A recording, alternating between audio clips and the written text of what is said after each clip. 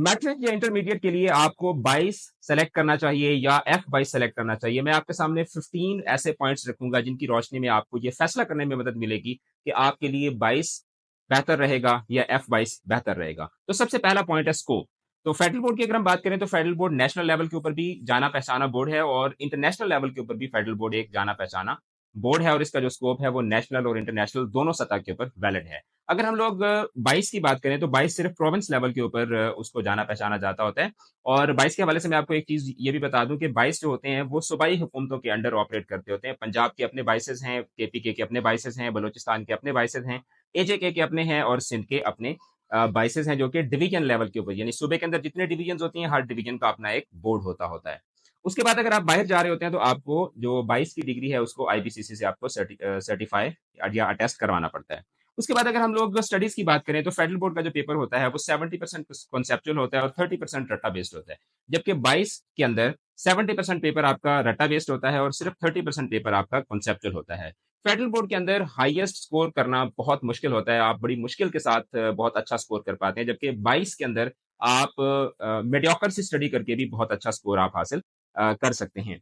MT cat और ई cat या ईटा इस तरह के जितने भी टेस्ट होते हैं उसमें जो फेडरल बोर्ड के स्टूडेंट्स होते हैं वो ज्यादा अच्छा स्कोर करते हैं क्योंकि उन्होंने कॉन्सेप्चुअल पढ़ा हुआ होता है और इस तरह के कंपेटिटिव जितने भी टेस्ट होते हैं वो सारे के सारे कॉन्सेप्ट बेस्ड होते हैं। जबकि इन इस तरह के कंपेटिटिव एग्जाम्स के अंदर जो 22 वाले स्टूडेंट्स होते हैं उनको काफी ज्यादा मुश्किलात का सामना करना पड़ता है।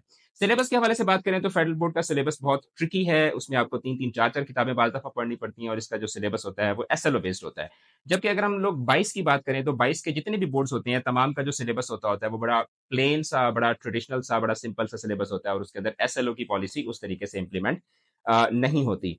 अगर हम पेपर पैटर्न की बात करें तो फेडरल बोर्ड के अंदर जो पेपर पैटर्न है वो काफी मॉडर्न हो चुका है, उसके अंदर काफी ज्यादा रेवोल्यूशन आ चुका है और बहुत डिफरेंट तरीके का पेपर बनता है। जबकि 22 की अगर हम बात करें तो 22 के अंदर अभी भी वही जो ट्रेडिशनल मेथड था जो आज से 30 साल 40 साल पहले था, तकरीबन उसी मेथड के ऊपर ही पेपर कंडक्ट हो रहे होते हैं।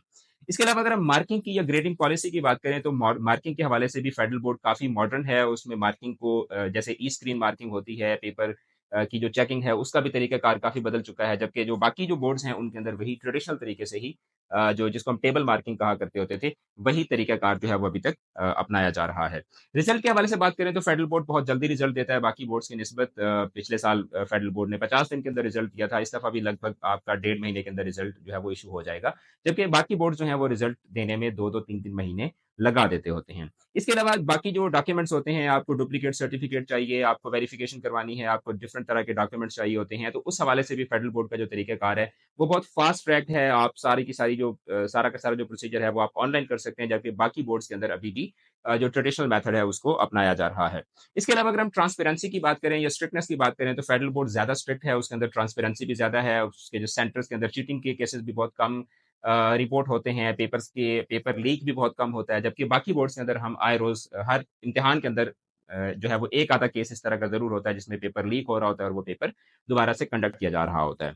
इसके अलावा अगर हम लोग ओवरऑल फैकल्टी की या कॉलेजेस की बात करें तो फेडरल बोर्ड के अंदर बहुत टॉप के इदारे आते हैं और फेडरल बोर्ड के जो इदारे होते हैं उनके अंदर फैकल्टी उमूमन बेहतर होती है। अगर हम लोग बाकी बाइसेस की बात करें तो 22 के अंडर जो इदारे आते हैं उसमें जो जो गवर्नमेंट स्कूल्स या गवर्नमेंट कॉलेजेस होते हैं उसमें फैकल्टी नो डाउट बहुत अच्छी होती है, लेकिन जो पढ़ाई का या तालीम का मेयार है वो इतना अच्छा नहीं होता। इसी तरीके से जो सहूलियात हैं इदारों के अंदर, प्राइवेट स्कूल्स के अंदर या कॉलेजेस के अंदर वो भी उतनी अच्छी नहीं होती 22 के इदारों के अंदर जितनी के F22 के इदारों के अंदर आपको मिलती हैं। इसके अलावा एपीएस, इसके अलावा फौजी फाउंडेशन, इसके अलावा फजाइया के स्कूल्स आते हैं, इस्लामाबाद मॉडल कॉलेजेस आते हैं। ये वो इदारे हैं जो पूरे पाकिस्तान के टॉप के इदारे समझे जाते होते हैं। तो ये जो टॉप के इदारे हैं इनमें से 90 to 95% इदारे जो हैं उनकी एफिलिएशन फेडरल बोर्ड के साथ होती है। जबकि 22 के अंदर नॉर्मली वही जो रेगुलर टिपिकल किस्म के इदारे होते हैं वो आपको मिलते हैं। कुछ उसमें अच्छे कॉलेजेस भी होते हैं जो बच्चे नीचे कमेंट्स करके बताएंगे कि फलां इदारा बहुत अच्छा है और वो फलां बोर्ड के साथ एफिलिएटेड है, लेकिन उनकी तादाद उतनी ज्यादा नहीं है जितने टॉप के इदारे फेडरल बोर्ड के साथ एफिलिएटेड होते हैं। इसके अलावा जो फेडरल बोर्ड है वो वाइडली रिकग्नाइज्ड है।